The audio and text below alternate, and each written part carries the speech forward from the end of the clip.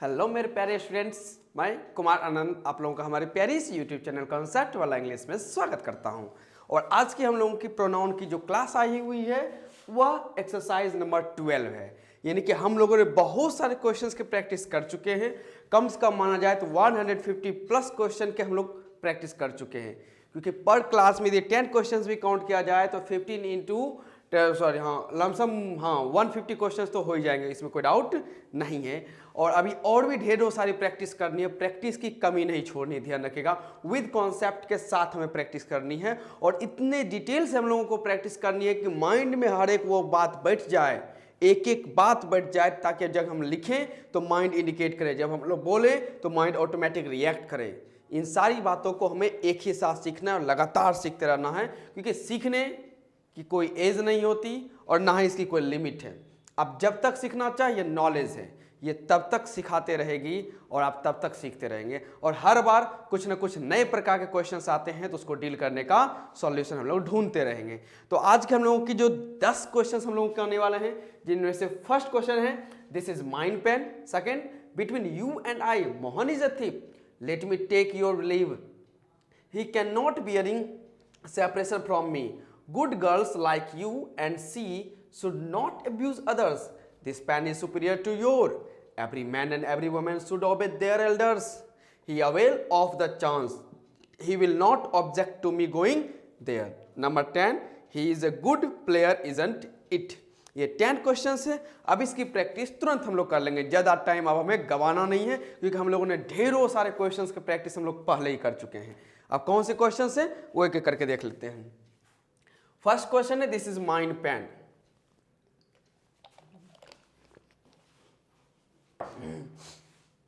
तो जब यहां पे लिखा गया दिस इज माइन पेन, अब इस माइन पे फोकस करते ध्यान रखिएगा।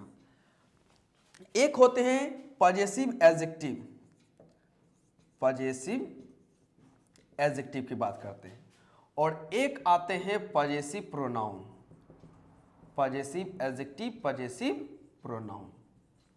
अब इनमें क्या अंतर है वो समझ लेते हैं। पॉजेसिव एडजेक्टिव में आ जाते हैं सबसे पहले माई, आवर, योर,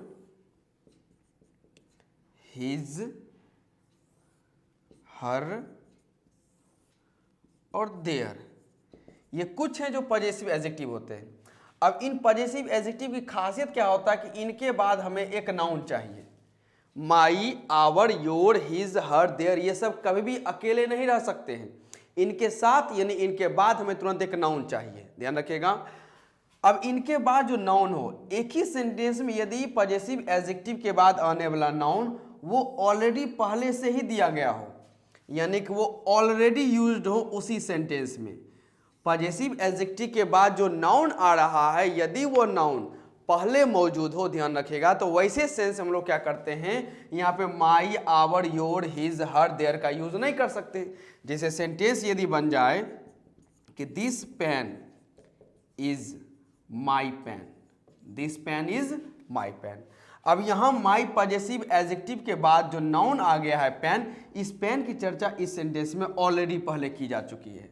तो ऐसे सिचुएशन हम लोग यह बात मान के चलते हैं कि यहाँ पे नाउन का रिपीटेशन हो गया है एक ही सेंटेंस में, तो इसको हमें अवॉइड करना चाहिए। तो ऐसे सिचुएशन हम लोग क्या करते, ध्यान रखिएगा, जो माई पेन है यानी माई प्लस नाउन, तो पॉजेसिव एडजेक्टिव की जगह हम लोग लाते हैं पॉजेसिव प्रोनाउन माइन, आवर के प्लेस पे आवर्स, योर के प्लेस पे योर्स, हिज के प्लेस पे हिजी, और हर के प्लेस पे हर्स, और देयर के प्लेस पे क्या लाते हैं, देयर्स। ये हम लोग लाने का काम करते हैं।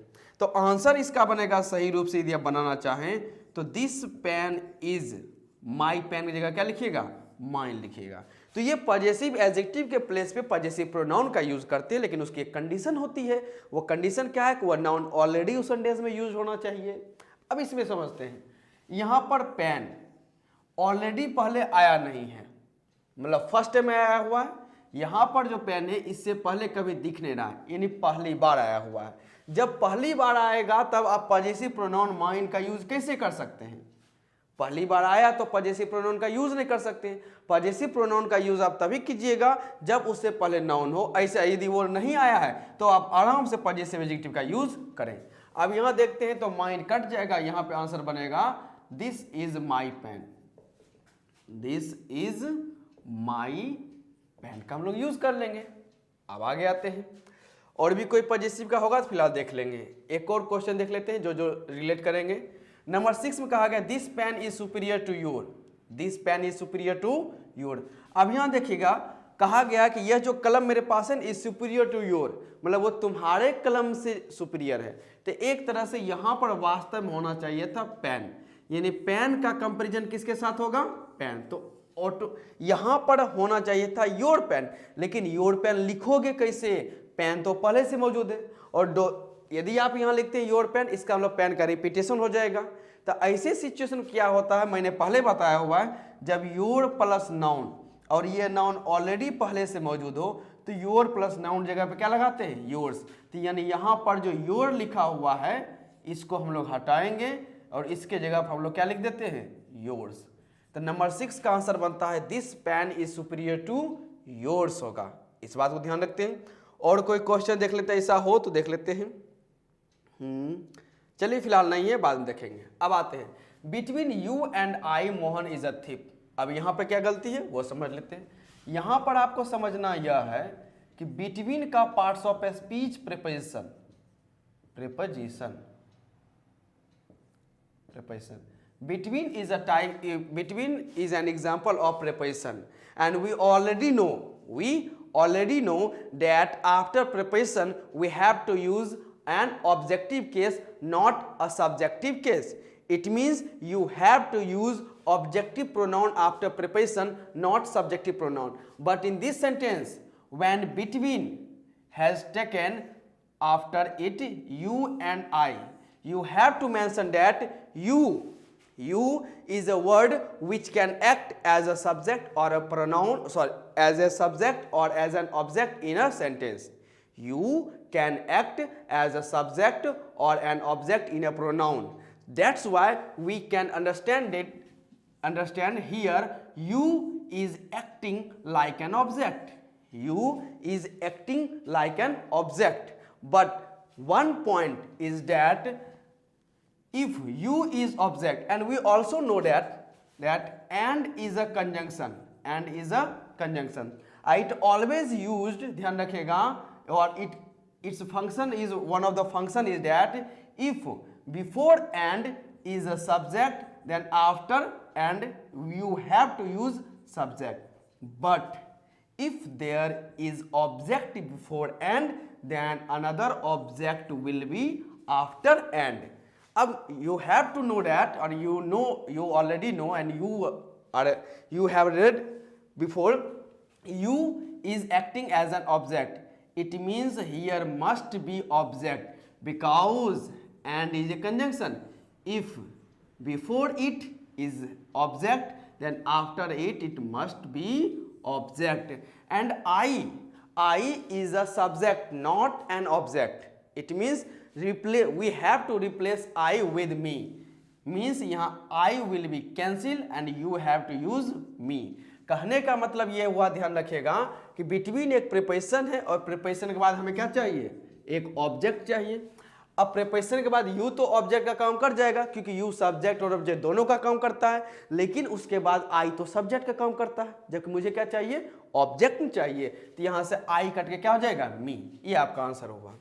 अब यहाँ आते हैं, let me take your leave, let me take your leave. तो let me take your leave को कैंसिल किया जाएगा, यहाँ पर होगा leave of you, leave of you. Let me take leave of you, your leave कहना गलत है, आप बोलिएगा लीव ऑफ यू बोलते हैं, ध्यान रखिएगा।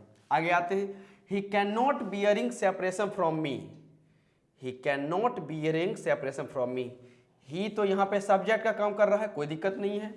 फ्रॉम प्रीपोजिशन है जिसके बाद ऑब्जेक्ट चाहिए, मी एक ऑब्जेक्ट है, तो यहाँ तो क्वाइट राइट है, ध्यान रखिएगा। हाँ, गलती यहाँ है, ध्यान रखिएगा, कैन एक मॉडल है और मॉडल के बाद हम लोग यूज किसका करते हैं, भर के फर्स्ट फॉर्म का। तो यहाँ से बियरिंग कटेगा और यहाँ से आंसर में क्या आ जाएगा, beer.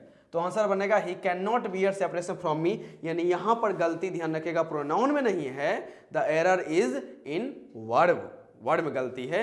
And the error is that After model, we have to use the first form of a verb, but here in this sentence, there is bearing, that is a fourth form of a verb, and it is not possible after model you can use ing form. Okay, model always takes the first form of a verb, so bearing will be incorrect, and we have to use, as we know, bear, that is the first form of bear. Then whole sentence is he cannot bear separation from me. That's a solution. Next question. Good girls like you and she should not abuse others. अब यहाँ देखिएगा क्या होता है, good girls, जो good girls होती हैं किसकी जैसी, like you and she should not abuse others. अब बहुतों को यहाँ पर कंफ्यूजन क्या होता है कि वहाँ इनको लगता है कि should जो है, ध्यान रखिएगा, ये वर्ब है जिसके पहले मुझे क्या चाहिए, सब्जेक्ट, बिल्कुल सब्जेक्ट चाहिए, और सी यहाँ पर सब्जेक्ट लग भी रहा है, लेकिन गलती यहाँ पर क्या है, ध्यान रखिएगा, like, good girls like you and he, like का सेंस ध्यान रखिएगा, जब आप लाइक का यूज हूबहू के लिए करते हैं कि एकदम वो मेरी जैसी है या मेरे जैसा है, तो ऐसे में लाइक का जो पार्ट्स ऑफ स्पीच है वो प्रीपोजिशन होता है। जब लाइक का यूज हूबहू के लिए करते हैं, ध्यान रखिएगा, इक्वल दिखाने के लिए करते हैं कि वो मेरी तरह है, तो ऐसे सेंस में ये लाइक क्या है, प्रीपोजिशन है, और प्रीपोजिशन के बाद हमें क्या लाना पड़ता है, ऑब्जेक्ट। यू तो ऑब्जेक्ट का काम कर जाएगा, लेकिन सी क्या हो जाएगा, सी तो सब्जेक्ट काम करेगा नहीं, तो ऐसे सेंस में सी कट के यहाँ पर क्या आएगा, हर। अब कहिएगा सर तो सी यहाँ पर ये तो प्रीपोजिशन है, प्रीपोजिशन के बाद यू ऑब्जेक्ट हो गया, हर ऑब्जेक्ट हो गया, तो शुड वर्ब का सब्जेक्ट कौन कम करेगा, बिल्कुल सिंपल सा लॉजिक है।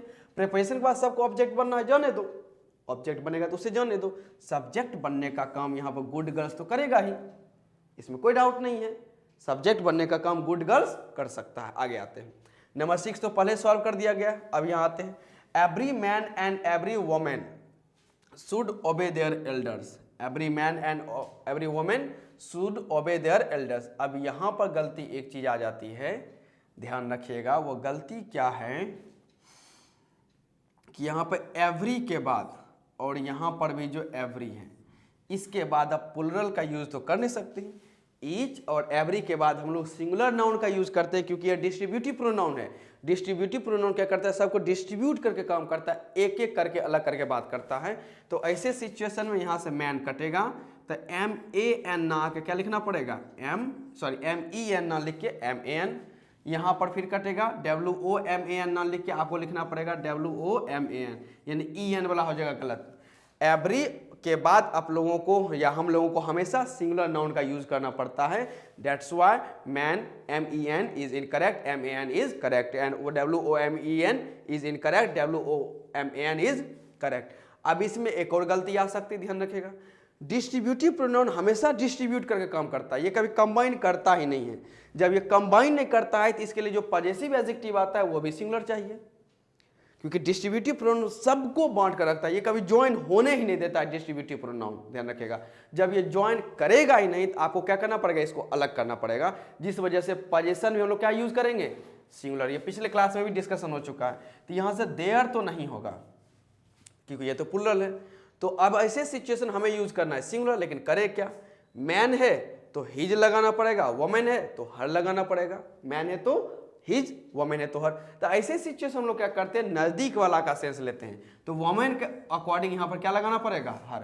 तो आंसर बनता है every man and every women should ओबे हर एल्डर्स। अब इसको थोड़ा इरेज कर देते हैं ताकि हम लोगों को कुछ जगह बने, वरना ज्यादा हो जाएगा। जो जो इंपॉर्टेंट पॉइंट हो उसको लिख लीजिएगा, प्रैक्टिस करना है और अच्छे तरीके से करना है।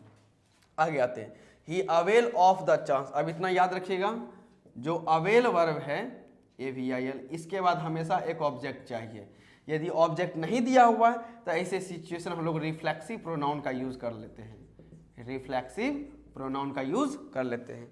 अब यहाँ पर अवेल के बाद तो ऑब्जेक्ट दिया हुआ नहीं है, तो ही का रिफ्लेक्सिव प्रोनाउन क्या यूज कर लेते हैं, हिमसेल्फ। तो आंसर बनता है he availed himself of the chance.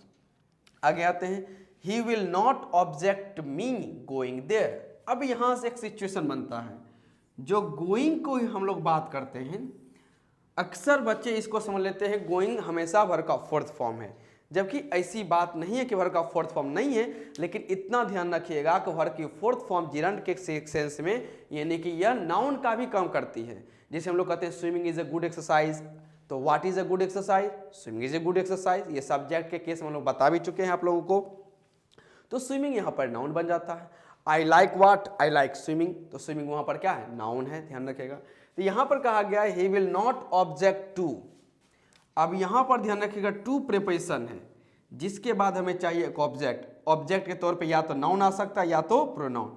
तो गोइंग यहाँ पर बन चुका है नाउन, यहाँ पे गोइंग क्या बन चुका है, नाउन। तो यहाँ पर आपको याद रखना, जैसे अभी मैंने बताया पॉजेसिव एडजेक्टिव, मैंने अभी जो यहाँ पे इरेज किया कि पॉजेसिव एडजेक्टिव के बाद हमेशा आपको क्या चाहिए, एक नाउन चाहिए।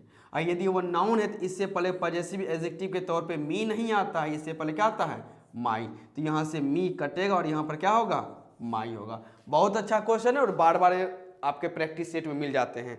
तो he will not object my going there, he will not object to my going there, मतलब मेरा जाना वो ऑब्जेक्ट नहीं करेगा, वो मना नहीं करेगा वहाँ पर। अब आगे कहा गया he is a good player isn't it. अब इसमें ध्यान रखिएगा, ये थोड़ा क्वेश्चन टैग का क्वेश्चन बन जाता है कि यहाँ पर he is a good player isn't it. तो यहाँ पर हम लोग क्वेश्चन टैग का यूज करते हैं कंफर्म करने के लिए। जैसे मुझे तो पता है he is a good player, लेकिन फिर भी मैं आपसे पूछता हूँ है क्या, he is a good player है, पता है क्या, लगता है क्या। तो ऐसे सिचुएशन जो आप कंफर्म करते हैं तो हम लोग क्वेश्चन टैग का यूज करते हैं, ध्यान रखिएगा।